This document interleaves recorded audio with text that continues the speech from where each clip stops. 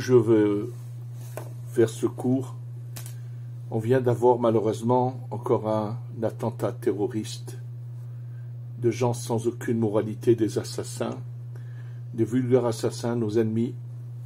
Et bien sûr, ça va nous donner l'opportunité d'expliquer ce passage qui se trouve dans la Haggadah, qui est le suivant, qui est très connu, surtout qu'il a été chanté de manière merveilleuse, donc tout le monde le connaît. Le passage, c'est, il y en a qui disent Vehi she'amda ou hi she'amda lavotenu. C'est cela qui a en fait protégé quelque part, qui a été la protection pour nos pères et pour nous. Qu'est-ce que c'est ça qui nous a protégés? On va le voir tout de suite. Shelo ehad bilvad amad alenu lechalotenu. Il n'y en a pas qu'un qui a voulu nous détruire. C'est pas qu'en Égypte qu'on a voulu nous détruire en voulant tuer tous les garçons et en laissant que les filles, donc assimiler le peuple. Et dans d'autres générations encore, après ça a été Amalek et ainsi de suite. Et là, chez Bechol Dorvador, dans chaque génération, Omdim alenu lechalotenu. Il y a des gens qui décident, qui veulent essayer de nous exterminer. Ve'akadosh baruch hu matzilenu miyadam. Akadosh baruch hu nous délivre, nous protège de leurs mains. Alors c'est la promesse qu'il a fait que jamais le peuple, que le juif sera détruit ou exterminé, qu'il existera à tout jamais. Et il y a bien sûr des commentaires là-dessus, qui est que le fait que Akadosh Baruch Hu, que Dieu a décidé que lorsque chez ceux qui ne sont pas du peuple d'Israël, dès qu'ils ont une mauvaise intention, ils ont envie de nous faire du mal, Akadosh Baruch Hu compte cela comme quelque chose d'acquis, comme si qu'ils l'ont déjà fait, et les punit, et c'est ça qui peut nous sauver, qu'il ne se passe pas ce mal. On a eu des moments terribles, des attentats terribles, mais le dernier qui s'est passé à Bnei Brak, on nous a montré la main de Dieu quand même, puisqu'il y a eu des miraculés d'une manière inimaginable. 2 personnes, un qui descend chez lui, qui se retrouve nez à nez avec le terroriste, et l'arme se bloque, sans rail, il n'arrive pas à tirer sur lui. Et le deuxième, c'était quelqu'un qui était en vélo, sur lequel il a voulu également tirer, il n'a pas réussi. Et malheureusement, il a tué des pauvres malheureux, 2 Ukrainiens qui étaient venus pour travailler en Israël, qui ont été assassinés par ce terroriste. Il a également assassiné quelqu'un qui était dans le Mishmar HaGvul du nord d'Israël. Voilà, il a fait en fait que du mal. Ça aurait pu être bien pire que cela s'il n'y avait pas eu ce policier du nord qui en tirant sur lui a ensuite reçu une balle et mort, mais qui a arrêté ce terroriste de faire un carnage. Depuis le départ de Raphaïm Kanievski, on assiste malheureusement à des attentats. Il y a eu déjà plusieurs attentats et beaucoup de morts. Il est évident que malheureusement, il nous manque une protection. Alors, que doit-on faire? Cette protection qui nous manque, on va essayer, nous, par nos efforts, de la remplacer. Et il y a moyen de la remplacer, cette protection. Il y a moyen de la remplacer, il y a à cela plusieurs chemins que l'on va voir ensemble. Il est dit que lorsque, à l'époque du roi David, on sortait en guerre, il y avait malheureusement des gens qui tombaient à la guerre. Alors que plus tard, alors qu'ils étaient, le roi David est un tzaddik, on pratique la Torah. Plus tard, à l'époque de Achav, qui est un idolâtre, ils sortent à la guerre et ils n'ont pas de perte. On va voir deux choses là-dessus, une que je vous citerai plus tard au nom du Rav Yehuda Tzadka, mais une primordiale que je voudrais citer avant tout, qui est celle d'être très unis. Et pour être unis, sachez une chose, il faut qu'on évite de parler de médisance, de lachon hara, et d'écouter du lachon hara. Je vais vous raconter un fait, juste pour vous montrer combien nous devons faire attention dans notre vie. Il y a pas mal d'années de cela, vraiment, je ne sais plus, donc si ça fait 20 ans en arrière ou plus, peut-être 30 ans en arrière, pas important. Quelqu'un de la famille était venu en Israël, après avoir fait de hautes études en France, très brillant, et il a décidé de vouloir entrer dans un cadre de yeshiva. À un moment donné, j'ai fait intervenir des amis que je connaissais, un voisin à moi, et je l'ai fait rentrer dans une yeshiva qui l'a pris sans problème, où il y avait des gens essentiellement de l'étranger, qui faisaient un programme de halakha, bref.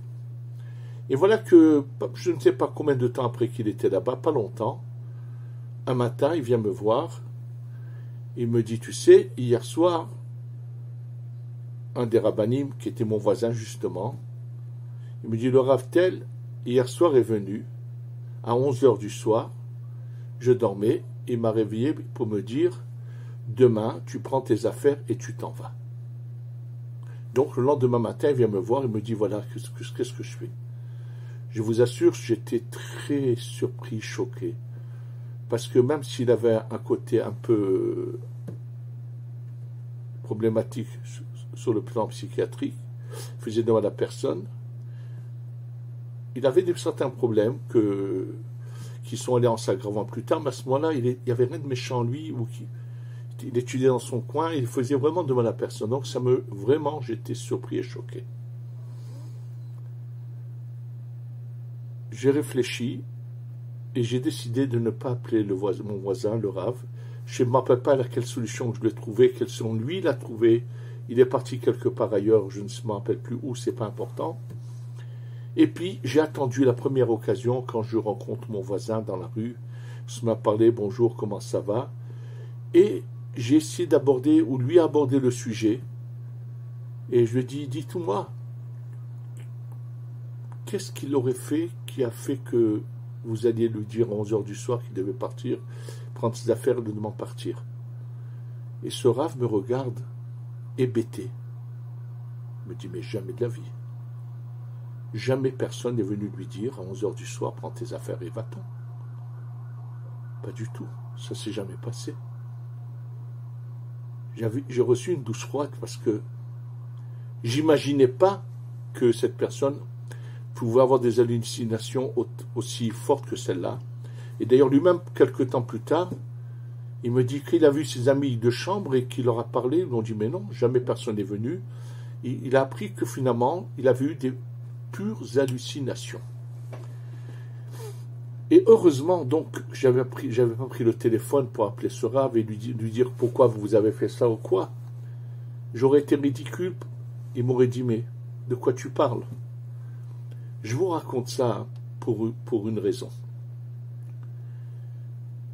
Ne prenez jamais pour argent comptant ce qu'on vous raconte. À part même si c'était vrai, il y a une interdiction de parler du lachon hara ou d'écouter du lachon hara. Ça, c'est un cas bien sûr extrême, mais il y a des cas semblables, où des fois, des gens s'imaginent des choses, et ils sont capables d'aller parler, et finalement, de ces imaginations, peuvent sortir des choses terribles. Ou d'autres cas, que je connais encore récemment, où dans un couple il y a eu des problèmes qui a abouti à un divorce, et comment un des deux partenaires cherche à salir l'autre partenaire en faisant diffuser des choses. Il a le cœur gros, il en a plein sur tout ce que vous voulez. Mais ça ne justifie pas, il n'a aucun droit de raconter ce qui s'est passé dans leur vie, ce qui a pu se passer, même si un des deux a fait une erreur dans son passé. Akadosh Baruch Hu accepte la tchouva, et il ne faut pas pour autant accepter ça et écouter ce genre de choses. Il faut savoir que qu'on écoute du Lachon Hara, on se trompe et on agit très mal. Et je vais vous raconter pour cela un très beau témoignage sur Baba Saleh. Le témoignage que je vais vous raconter sur Baba Saleh, je l'ai eu de deux sources, de son petit-fils, et un jour, j'ai reposé la question à celui qui était son shamash, Rabbi Eliyahu El-Fassi Zecher Tzadik Livracha, celui qui a été le shamash de Baba Saleh pendant des années, que je connaissais bien, avec qui on était très proches, très amis, un grand tzaddik qui, malheureusement, quelques années plus tard, est parti aussi. Malheureusement, il était parti à la suite d'un événement qui l'avait énormément affecté, que des gens dans son voisinage à Netivot lui avaient fait des procès sur des bêtises, et ça l'avait énormément affecté, cela a touché sa santé, finalement ça a été une décadence, et il a quitté ce monde. Et j'ai eu l'occasion de le rencontrer, et de lui demander de me redire cette histoire dans les détails, parce que je l'avais entendu d'une manière un peu générale d'un des petits-fils de Baba Saleh, et lui me l'a raconté dans les détails. En fait,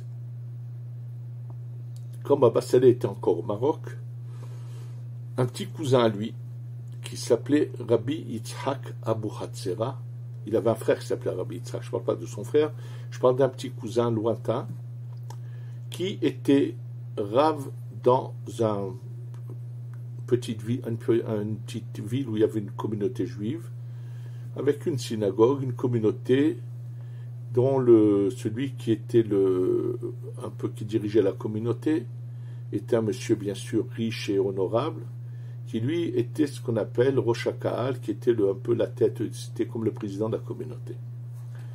Et un jour,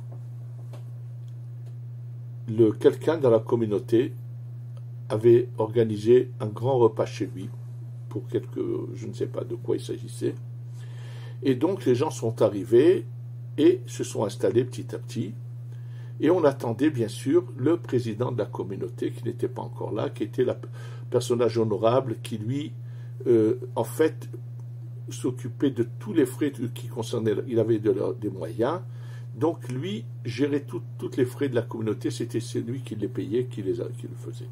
Donc c'était un monsieur qui avait sa place, son rang et son honneur.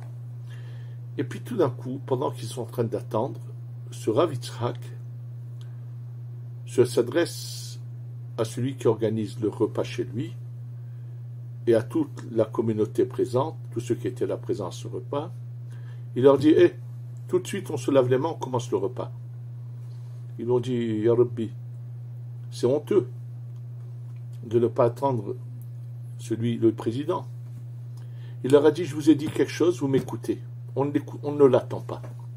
Et donc, on passe à table. C'est moi qui décide. J'étais surpris, surtout de cette manière un peu presque agressive. Bon. On s'installe. C'était dans la cour, il y avait des tables installées. Et puis, de loin, à un moment donné, une fois qu'ils sont pendant le repas, le Rav voit le président en question arriver de loin. Il se lève, il va à sa rencontre. Et donc, le président lui dit « Bonjour, Kvod Harav ». Il lui dit « Comment ? Tu me dis bonjour ? Tu me parles après ce que tu viens de faire ?» Et il le maudit, il le maudit de malédiction en disant qu'il va mourir sous peu. De quoi s'agissait-il ? Le Rav a eu comme une révélation. Et il a vu que pendant qu'eux étaient installés ici, toutes les personnes de la communauté l'installaient. Le président, qui connaissait bien la femme d'un des membres de la communauté, avait eu un lien qui s'était rapproché, et là, il avait trébuché. Ils avaient trébuché ensemble, donc une femme mariée, et chétiche. Et le Rav l'a vu, donc il s'est un peu emporté et l'a maudit.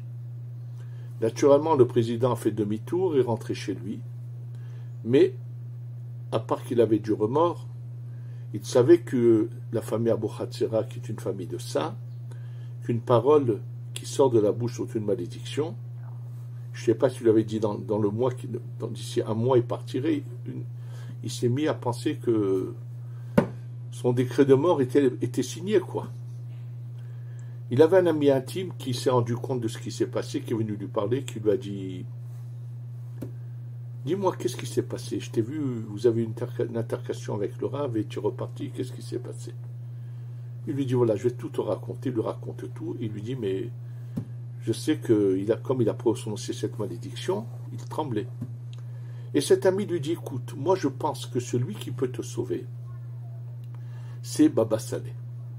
Va à Arfoud, à l'endroit où habitait Baba Saleh, voyage, va le voir, et parle-lui, raconte-lui tout. » C'est ce qu'il fait.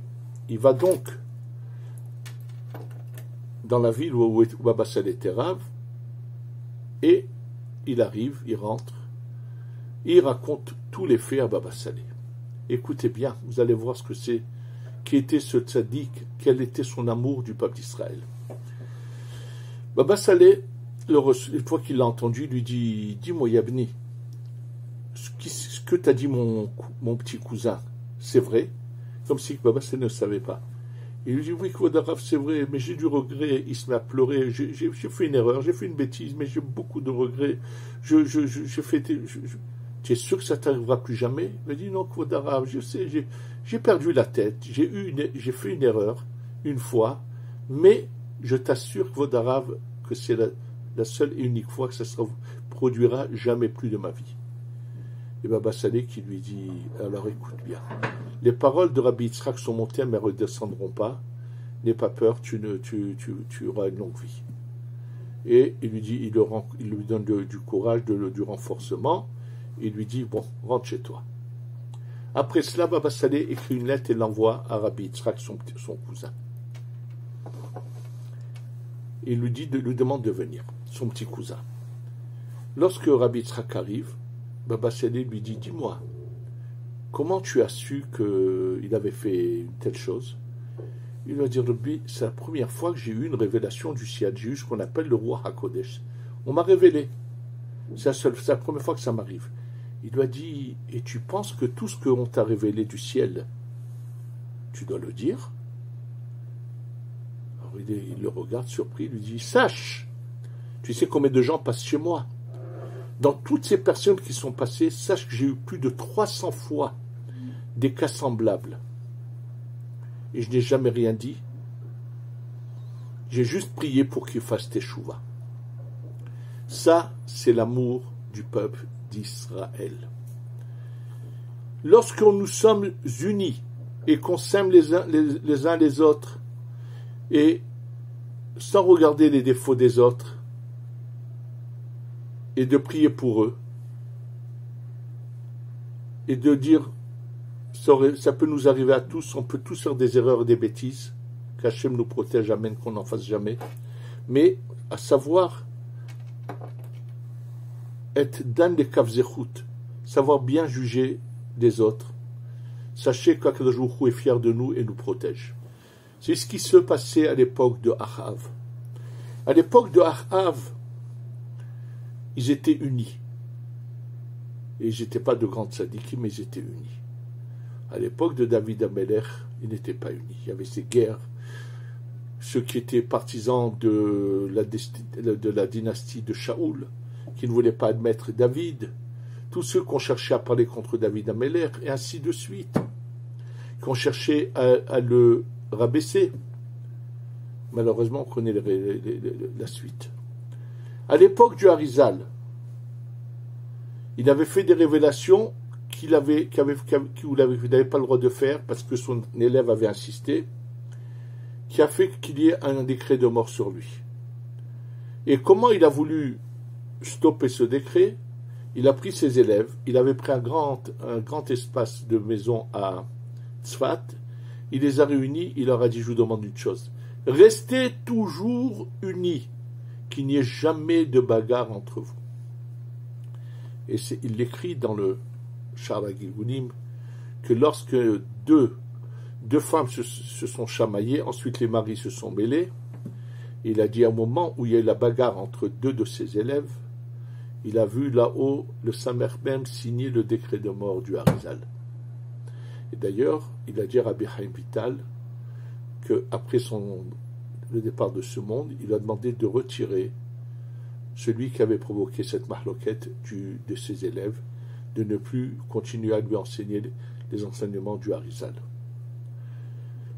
Il faut qu'on sache se renforcer, ne faire très attention. Croyez-moi, qui m'est arrivé Baruch Hashem, à l'exemple, j'ai beaucoup aimé ce témoignage de Baba Saleh qui m'a beaucoup influencé et apporté. Il m'est arrivé de voir des gens qui ont par moments commis des erreurs. Et ça m'est arrivé avec des témoins. Je le savais puisque la personne qui a été un peu liée à cette erreur de ce monsieur, il y a des années de cela, m'avait contacté pour me demander qu'est-ce qu'il fallait faire, qu'est-ce que c'était. Donc je lui ai dit comment elle devait agir, mais j'ai tout fait pour que cette personne qui avait pu commettre des erreurs, et ce n'était pas qu'une fois, c'était 2 fois, Baruch Hashem, j'ai tout fait pour qu'il retrouve son chemin, qu'il retrouve la bonne voie et qu'il continue dans la bonne voie, et qu'il comprenne qu'il a fait des erreurs, mais sans jamais le lui dire d'une manière explicite, Ras Veshalom. J'ai fait très attention. Qu'on sache essayer d'aimer son prochain comme il est, essayer de rapprocher tout le monde du chemin de la Torah et sans jamais parler de la Shonara à qui que ce soit. Je pense que c'est très important cet enseignement. Et le deuxième que je vais vous dire maintenant, c'est celui du Rav Yehuda Tzadka Zecher Tzadik Vekadosh Libracha, qui à chaque fois qu'il se passait un attentat, ce que disait le Rav Yehuda Tzadka. Le Rav Yehuda Tzadka se servait de... Nous savons que qui c'est qui a instauré que tous les jours nous devons réciter 100 bénédictions. Oui, entre les 3 prières et les bénédictions du matin, au total, on récite tous les jours au moins 100 bénédictions. Nous savons que c'est le roi David qui les a instaurées justement parce qu'il y avait des épidémies, il y a eu des morts, pour arrêter malheureusement ces épidémies, ces morts dans les guerres, tout ce que vous voulez. Le roi David a instauré les 100 berachot. Donc on voit que les 100 berachot sont une sorte d'assurance vie. Et le Rav Tzadka disait, si on veut que les 100 berachot soient des assurances vie, il faut bien les réciter. Et il n'arrêtait pas de bien dire les brachot doucement, Baruch, Ata, et le nom de Dieu. Ensuite, Melech HaOlam, dire bien prononcer, ne pas avaler les brachot, de bien les faire. Et combien il en a parlé, il disait ça a été une assurance vie, donc si on les fait bien, on pourra faire cela. Il est évident qu'on doit tous se renforcer, tous se rapprocher d'Hachem. Ce grand tzaddik est parti. Malheureusement, on a besoin maintenant, chacun de nous, de penser, il faut qu'on compte que sur nos efforts personnels pour faire que le courroux d'Hachem, que le mal qu'on veut nous faire ne se réalise pas. Et qu'enfin, on se retrouve tous ici en Eretz Israël avec le Beit HaMikdash. Et que peut-être cette année, nous aurons la chance d'avoir l'Union Pascale. Beit HaMikdash Shibane Bimera Biamenu. Amen ve Amen.